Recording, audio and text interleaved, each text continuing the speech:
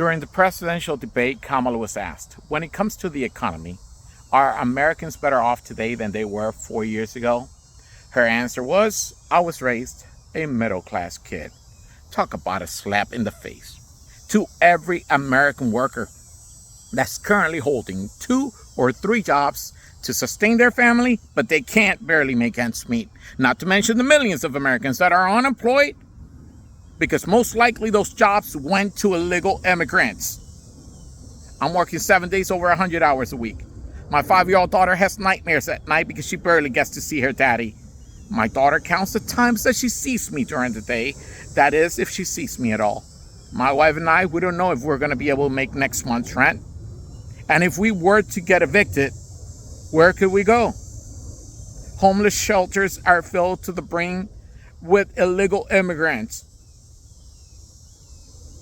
When we go grocery shopping, we might leave the grocery store with 1 or 2 bags.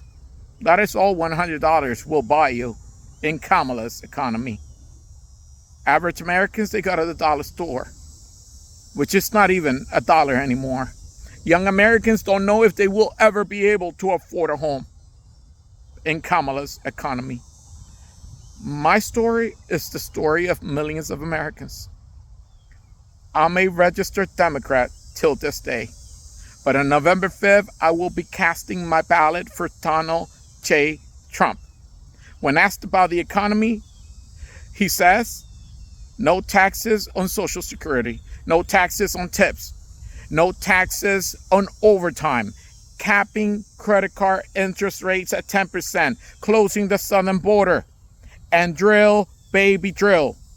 But on the other hand, when entitled $8 million net worth, Kamala is asked, all she has to say is, I was raised a middle-class kid. See, Kamala, you keep on preaching this joy campaign, but you're not listening.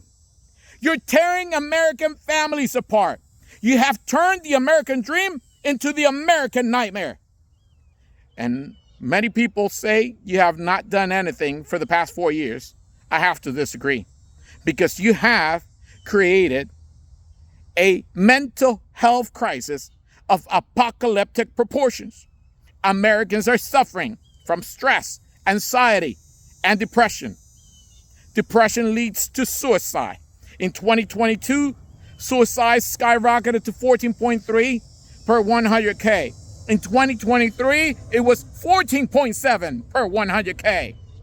Almost 80% of those suicides were males, and most of those were white. It goes without saying, you are killing us without killing us.